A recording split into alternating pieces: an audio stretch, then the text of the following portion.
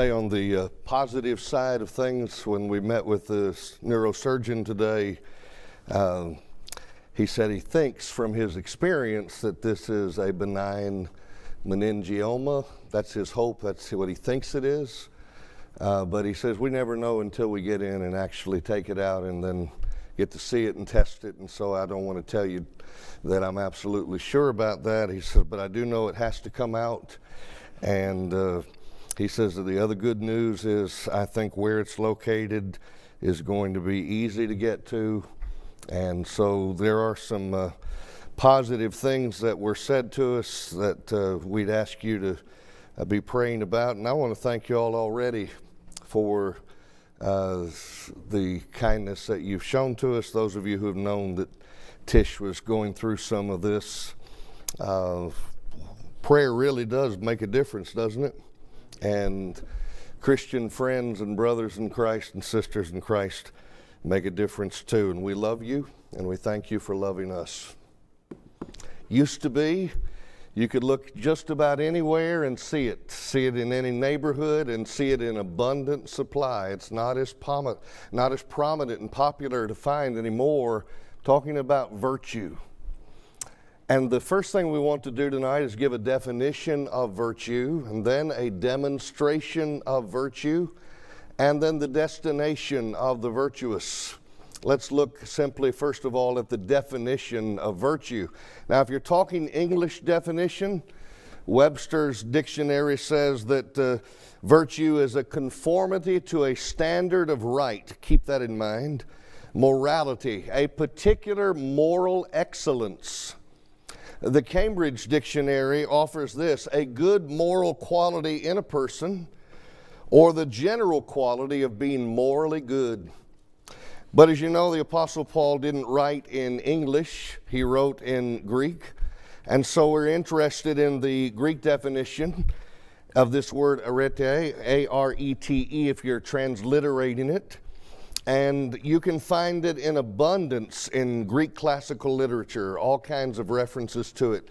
It's used sparingly in the New Testament, but sufficiently for us to get a flavor for what it involves. In the text that we've been assigned, that you've been studying for weeks and weeks on Wednesday nights, you'll find it there in Philippians chapter 4 and verse number 8, where near the end of that passage of Scripture, the Apostle Paul writes with heaven's pen and says the following: whatsoever things, he says, are true, whatsoever things are honest, whatsoever things are just, he mentions pure, lovely, of good report, if there be any virtue, and if there be any praise, think on these things. And it's thought by some that when Paul says, if there be any virtue and if there be any praise, he's saying if you're looking for something virtuous to think about, if you're looking for something praiseworthy to think about, how about the things that are true and honest and just and pure and lovely and of good report? Those would be some things that would fall into that category of virtuous things, morally excellent things. If you'll go to the book of 1 Peter, you'll find the next reference to this word, 1 Peter chapter 2. And I want you to notice that the word virtue is not translated in the King James Version here, but we know it's from the same word that was translated virtue in Philippians 4 and verse 8. So let me show it to you. 1 Peter 2:9. But ye are a chosen generation, a royal priesthood, and holy nation, a peculiar people, that you should show forth, here it is, the praises. One translation says the excellencies of him who has called you out of darkness into his marvelous light. And so we're to show forth the virtues, the excellencies of the one that called us out of darkness into his marvelous light. And so even though the word virtue is not used here, those of us who follow the Christ are expected to exhibit and to put on display the excellencies, the virtues that he possesses as we imitate him. That is the goal, to be able to demonstrate the excellencies of our God. Now notice 2 Peter chapter 1, verses 3 and 5. These are the only other instances in the New Testament where we find the word virtue used, or the Greek word used, I should say, that is translated virtue. In verse 3 of 2 Peter 1, according as his divine power is given unto us all things that pertain unto life and godliness, through the knowledge of him that has called us to glory and moral excellence. Excellence of character is how some of the Greek lexicons define this word. An excellence of character. He has excellent character. Look at verse 5. Beside this, giving all diligence, add to your faith virtue, and to virtue knowledge. And so we see that virtue carries with it the idea of moral excellence, character, courage. All of those things are involved. And so when we see now the demonstration of virtue in the Bible, we go back to the passage that I'm sure is in your minds about the virtuous woman.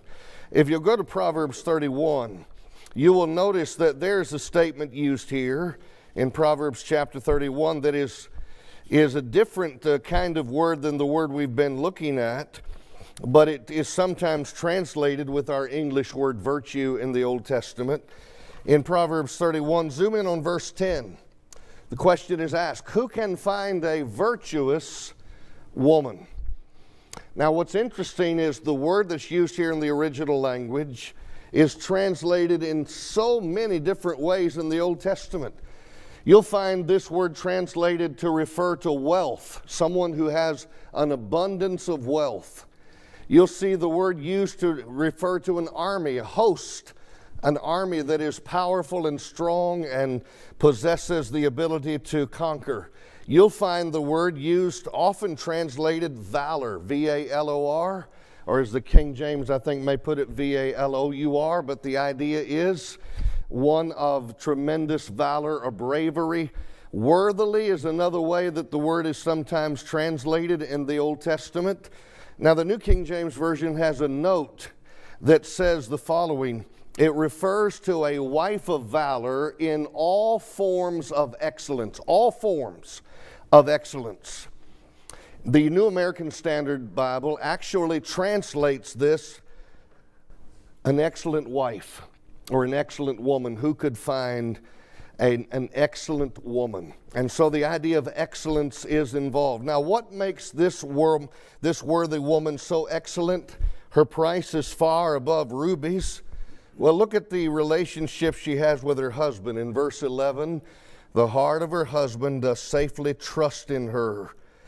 And notice her attitude toward her husband. Verse 12, she will do him good and not evil all the days of her life.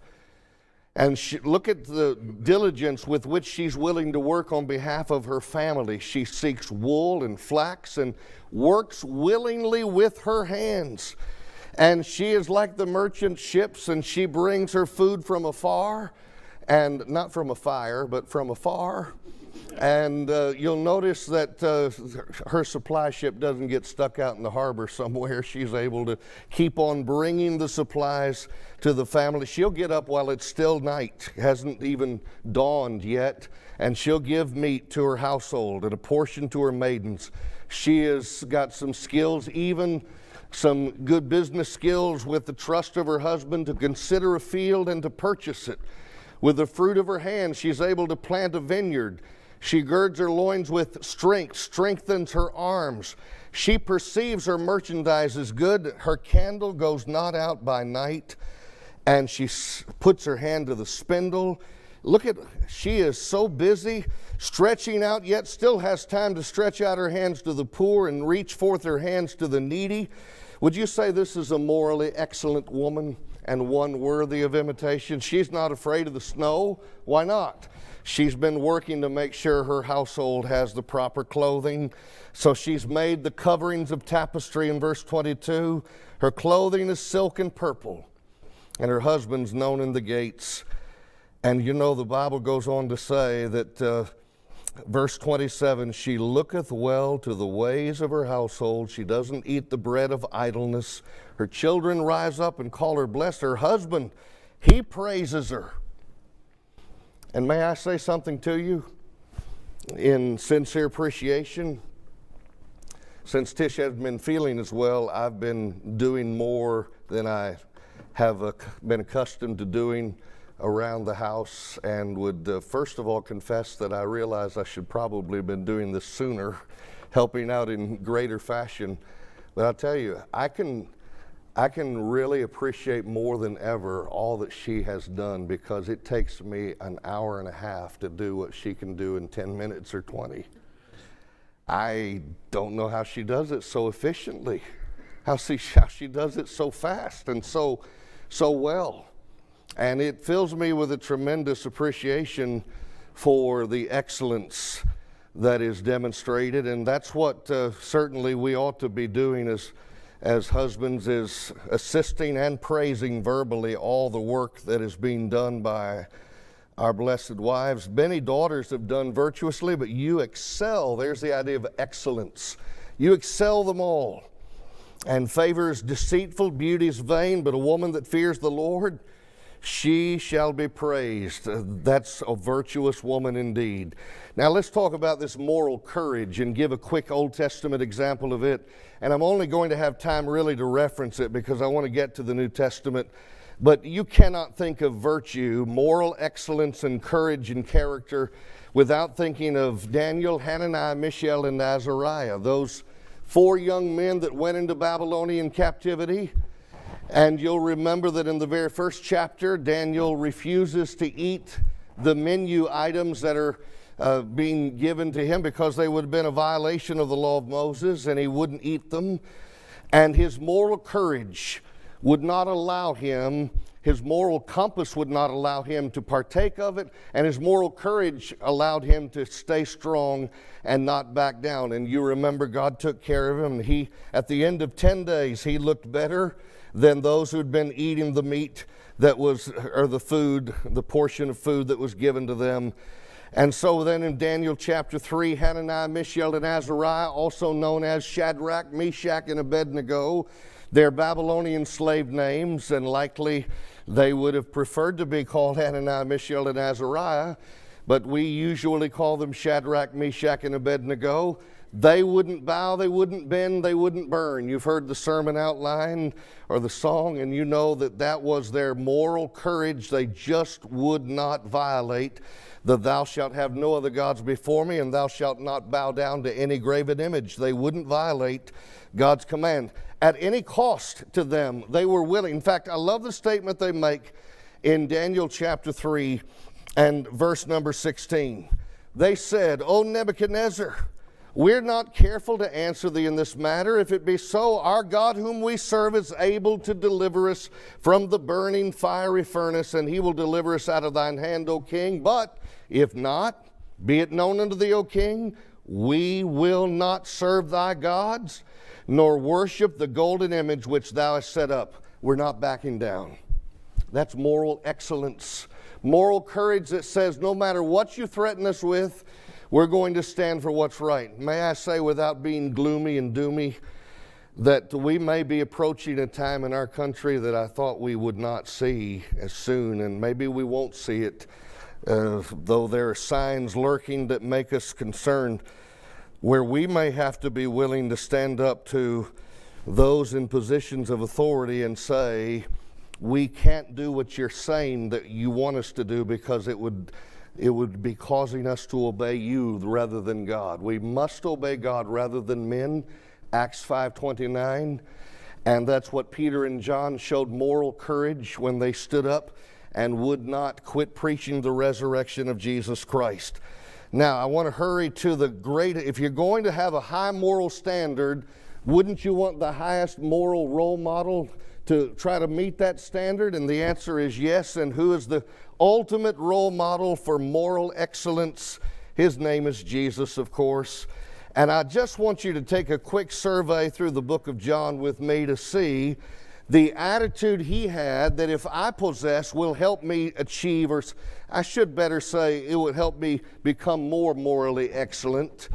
We'll never achieve it to the level that Jesus had it, but we can certainly incorporate more and more of it into our lives. What did Jesus say his whole focus was in life? John 4, verse 34, Jesus is talking about the number one thing that occupied his mind, his number one task. What is your number one task, Jesus? Verse 34 of John 4. My meat or my task, my food, is to do the will of him that sent me and to finish his work. File that away. Finish his work. Look at John 5, next chapter, verse 30. I can of mine own self do nothing. As I hear, I judge, and my judgment is just because, why? I seek not mine own will, but the will of the Father which has sent me. When a man says, I'm not interested in doing what I want to do, but the will of the Father, he's going to be morally excellent because he won't be following immoral, selfish desires. He'll be following the moral code given by the Father above. Look at chapter 6 and verse 38. In John 6:38, Jesus, why did you leave heaven? I came down from heaven. I'm come down from heaven. Why? Not to do mine own will, but the will of him that sent me. The reason I live is to try to live for him. I want to do what he wants, not what mine own will might want. In John 8 and verse 29, this is the one we talk about things that are pleasing to God. And you remember he said at the transfiguration, this is my beloved Son whom I'm well pleased. He said at the baptism of Jesus in Matthew 3, the same kind of thing. This is my beloved Son in whom I'm well pleased. Well, Jesus said something in John 8:29 that shows us why the Father could certainly say what he said. Jesus said in John 8:29, he that sent me, he's with me. The Father's not left me alone, for I do, how often, class, does he say he did what he did? I do always, what do you do always? Those things that please, what's the next word? Not me. I do those things always that please him. Now, I'd like to stand here and tell you that I always do those things that please him. It's later in this same chapter, by the way, that Jesus in verse 46 will look at a group of people and say, which of you convicteth me of sin? And I am not saying what I'm about to say to be cutesy in any way. It's not. It's just a fact. I wouldn't go to my family and say, well, which of you could convict me of sin? Because my wife could raise her hand. No, I'm not saying that to be funny. She could. Because I've not lived a perfect life in front of her. I would tell you that there were times when I would sit down the children and say, look, on this occasion, I think Daddy blew it. I didn't have the right attitude. I didn't do the right thing. And please forgive me and learn from my experience and pray for me to do the same. That's the kind of thing that all of us have to confess, not just this preacher, this Christian. Jesus never had to say, I really regret doing that. I really hate it that I said that. I really am so sorry that I went there. No, Jesus said, I do always those things that please him. Now, we're not always going to measure up to that level of 100% perfection, but it certainly gives us that role model that we try to imitate. Look at chapter 14 and verse 31. Same book, John 14:31. What does Jesus say here on this occasion? He says, I want the world to know that I love the Father. Well, how would the world go about knowing that you love the Father? As the Father gave me commandment, even so I do. What had he said earlier in this chapter in verse 15? If you love me, what? Keep my commandments. Well, Jesus, do you do that? As my Father gave me commandment, even so I do. And so he's morally excellent on a persistent basis, on a 100% level. Notice chapter 15, verse 10. Chapter 15:10, he tells the apostles there, if you keep my commandments, you shall abide in my love, even as I have kept my Father's commandments and abide in his love. And then in his high priestly prayer in John 17, Look at verse number 4.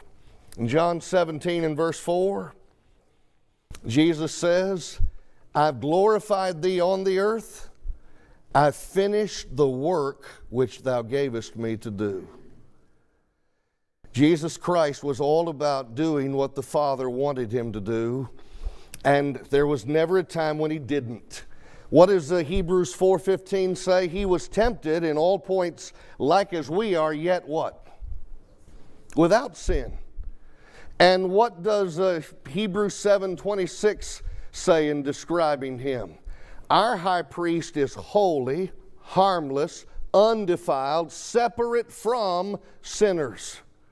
And verse 27 says, he didn't need daily as those high priests to offer up sacrifice first for his own sins and then for the people's. No, because he was sinless. And that is wonderful for us. No wonder he can be our role model, because he was absolutely perfect. He never did let us down. Now, there are men I've looked up to, men you've looked up to, men I still look up to. And I would tell you this, they are not the standard, the role model that is the ultimate role model, though I still learn from them and love everything that I learn from them, because I'm learning from them, like Paul says, imitate me as what? Only insofar as I imitate Christ, 1 Corinthians 11:1. Now I want you to go, if you will, please, to the book of Philippians, chapter 4, and I want to show you again the statement that he makes, if there be any virtue, and then ask this question, Paul, did you ever in the book of Philippians set forth the standard that all of us should follow to be able to get to moral excellence? Did you ever show us the standard by which we could try to arrive at a better moral excellence? Go to chapter 1 and look at verse 10. In Philippians 1:10, Paul had prayed that the Philippians would be able to, King James says, may approve things that are excellent. And the word excellent here is not the same word that you see translated as virtuous or virtue in Philippians 4 and verse 8. It's a different word. It's a word that means superior in quality. And he says, I want you to be able to differentiate between that which is superior to that which is inferior. And when it comes to making moral decisions, let me ask you a question. Do you get advice from coworkers sometimes about the moral course to follow that's terrible advice? Do men and women ever get advice that is just absolutely way off base? Yes or no? Yeah. Well, I think you just ought to divorce them. I think you just ought to do this. I think you just ought to do, and they may not even know what the Bible says about what you ought to do. You and I are looking for moral excellence so that we can stand without offense till the day of Christ, Philippians 1:10. Now, Paul, did you ever give us a standard to imitate? Look at the next chapter, and certainly we remember verse 5. Let this mind be in you. Where did this mind come from? Which was also in Christ Jesus, who being in the form of God did not consider his equality with God a thing to be grasped, the American Standard Version says. But no, rather, what did he do? Verse number 7, he made himself of no reputation. Look at the humility. Took upon him the form of a servant, was made in the likeness of men, being found in fashion as a man, he humbled himself, became obedient unto death, even the death of the cross. And what did that lead to? God highly exalted him, gave him a name above every name. Indeed, Jesus is the role model for humility, for the attitude that ought to characterize us as we, in lowliness of mind, esteem others as better than ourselves, verse number 3. And we don't look every man on our own interest, verse 4, but rather on the things of others. Well, that's a moral excellence that a lot of people don't live up to. Well, who did live up to that? Jesus. Every time he washed the feet of his disciples on a night when he could have said, listen, I've got a lot on my mind tonight. Can you imagine? I'm going to die on a cross tonight for the sins of the world. I've got a lot on my mind. I'm going to die. And so you think about Jesus Christ there, knowing that his death was approaching that weekend and still being able to focus on the others and not just think about himself. That is the attitude all of us are seeking to imitate. So look at Philippians chapter 3, or verse 27 actually, Philippians 1:27. Paul, did you give us a standard by which our conduct could be measured? Yes. Let your conversation or conduct be as it becometh the gospel of Christ. How do you know if your conduct is morally excellent? You take it and you evaluate it as you compare it to the mirror. You and I look in the mirror and we say, aha, I see the changes I need to make. This is our mirror. We look into it and say, I could improve in this area. I could be more excellent in this area. Jesus is my role model and I'm going to do the best I can. You know, even murmuring is a lack of moral excellence when it comes to the standard that's been given us. Look at Philippians 2:14. Do all things without murmurings and disputings. And if you see Michael, when he was a little boy, there was a point in time where he was constantly murmuring, constantly complaining. So we had him write this verse out a number of times, and then we'd have him quote it. But he always said, do all things without murmurings and disputings. So when you see him, ask him how you pronounce that word in Philippians 2:14, and don't tell him where you heard that from. That you may be blameless and harmless. Notice, the sons of God without rebuke. And note the contrast. In the midst of a crooked and perverse nation, among whom you shine as lights in the world. Listen, aren't you grateful for the moral excellence of people in a world that is going in the wrong direction? I'm so thankful to still see. It's refreshing when the news says, look at this selfless act that this person did. This little child went up and hugged a child that looks different than this child does. They're not the same skin color, but they're hugging one another as if they are. Isn't that worthy of imitation? Isn't that morally excellent? There's so many examples that we could go to for what constitutes moral excellence, and it's not just avoid adultery, avoid the sins of the flesh. All those things certainly ought to be avoided, but not limited to those things. Paul, did you give us a rule? Look at Philippians 3 and verse number 12. Not as though I'd already attained. So you never reach a level of excellence where you say, okay, I'm done. No, you don't.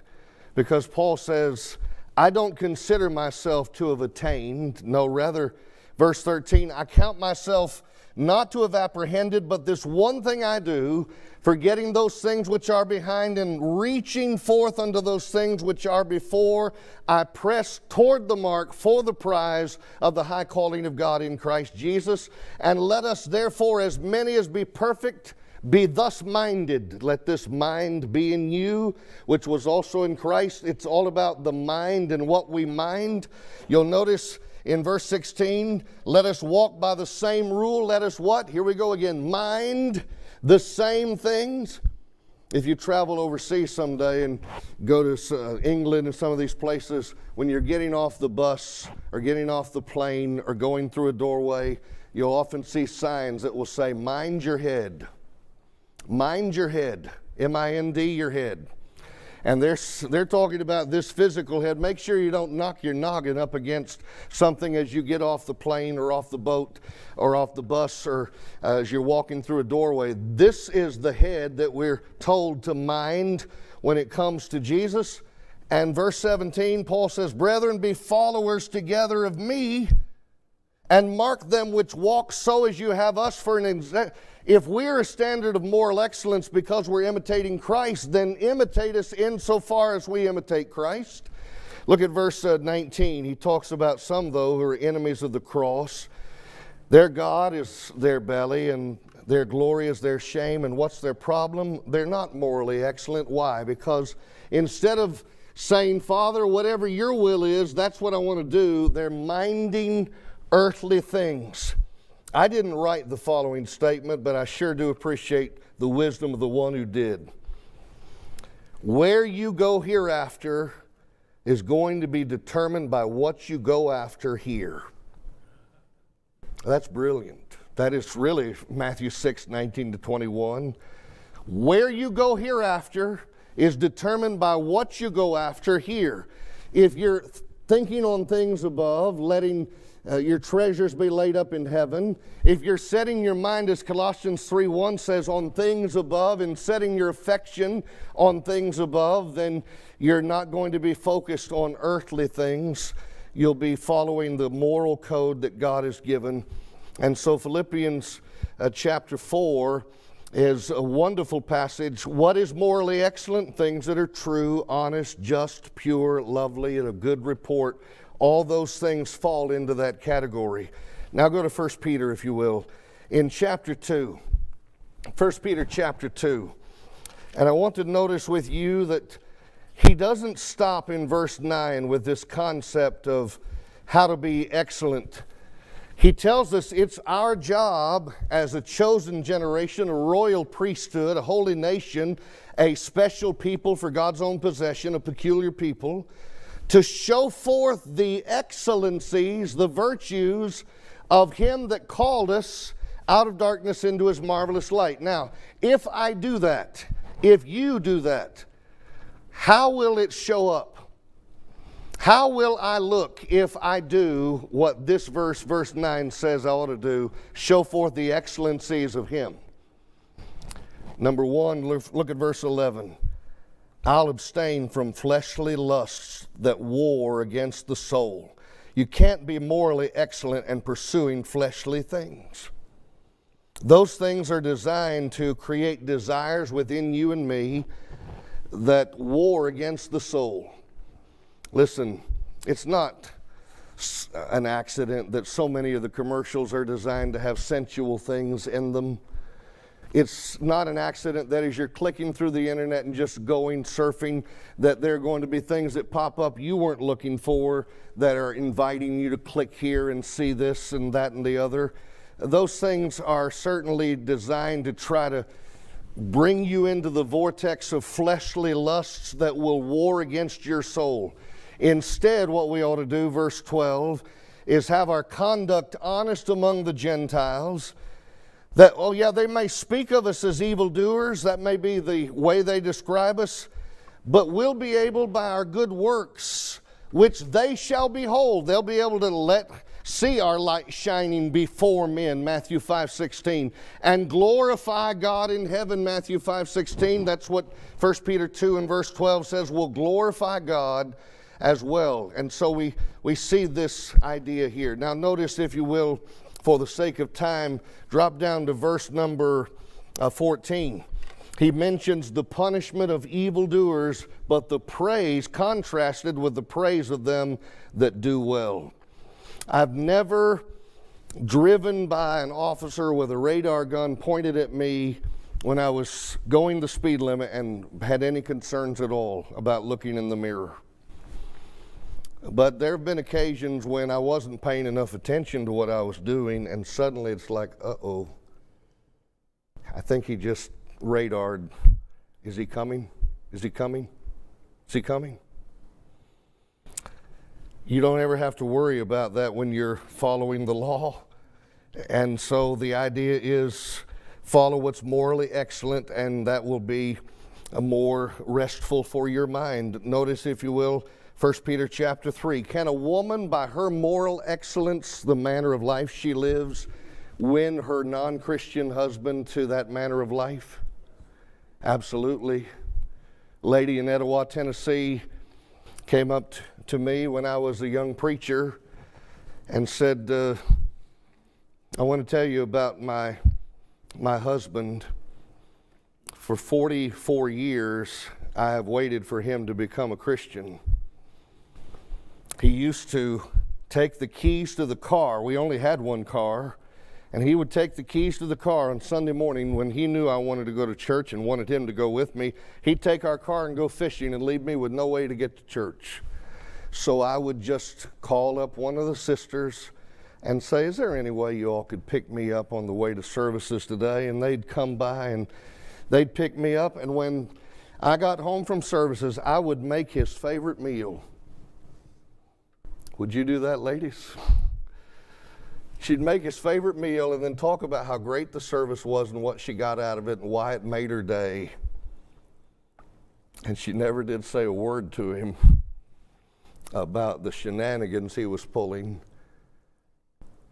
44 years, and one day, Sunday morning, long after he'd quit doing things like that, she's walking out in the living room to get ready to go out and get in the car and drive herself to services, and there he stands in his suit, which he hadn't worn in years.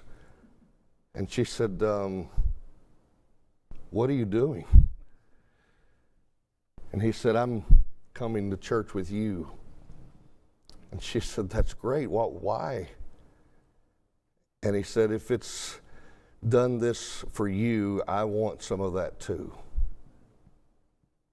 Had her moral excellence over a sustained period of time worked on this man to the point where he became a member, he wanted to become a member of the body. They studied with him, yes, and baptized him into Christ.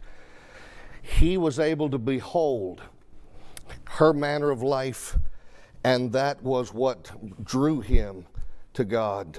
I want you to notice that as morally excellent people, what will we do? Verse 8 of 1 Peter 3, we'll be the kind of people that are all of the same mind, because we'll all have the mind of Christ. At least we'll be trying to let that mind be in us. And if I'm trying to get that mind in me and you're trying to get his mind in you, then we're going to be minding each other's business, not in the sense of gossiping busybodies, but in the sense of what can I do to help you? And that's so encouraging when you're a child of God. And you'll note here that we'll have compassion for one another. We'll love like brethren love. We'll be full of mercy or pity, courteous, not rendering evil for evil. Those things aren't morally excellent. Not railing for railing, but contrariwise blessing, knowing that we'll inherit a blessing. Yes, the destination of the virtuous is indeed to inherit the blessing, the greatest blessing of all, of being told, enter into the joy of thy Lord. And what will we do? We'll love life, refrain our tongues from evil. Our lips won't speak guile. We'll turn evil away, turn away from evil. We'll do good, morally excellent things. We'll seek peace and ensue it. And that is what God expects for us to do. Now, I'll close out by saying this in the last little minutes that we have here. 1 Peter 4. When we become children of God, verse 3, the time past of our life may suffice us to have wrought the will of the Gentiles. But that's then, this is now. That was then when we walked in lasciviousness, past tense, lusts, excess of wine, revelings, banquetings, abominable idolatries. And when you and I try to live morally excellent lives, those who've known us in the past when we weren't trying to do that are going to think it's strange that we run not with them to the same excess of riot, and they're going to speak evil of us. Let them. Because we're going to be privileged to someday hear the words, well done, enter into the joy of thy Lord. I'll close out with this. If you'll go to 2 Peter 3, there is a day of the Lord coming. It's coming as a thief in the night. So what should we do as we prepare for that great day? Verse 11 of 2 Peter 3, seeing then that all these things shall be dissolved, what manner of persons ought you to be in all holy conduct and godliness? Conversation is the conduct here. And then looking for that coming of the day of God. Yeah, the heavens are going to be on fire. The earth's going to burn up. We're told that in verse 10. God's going to have a new dwelling place available for us to go to. And so verse 14, notice, wherefore, beloved, seeing that you look for such things, be diligent that you may be found of him in peace, without spot and blameless. Try to live a morally excellent life, and you'll go to the most excellent place to live with the one who is excellent above all excellency,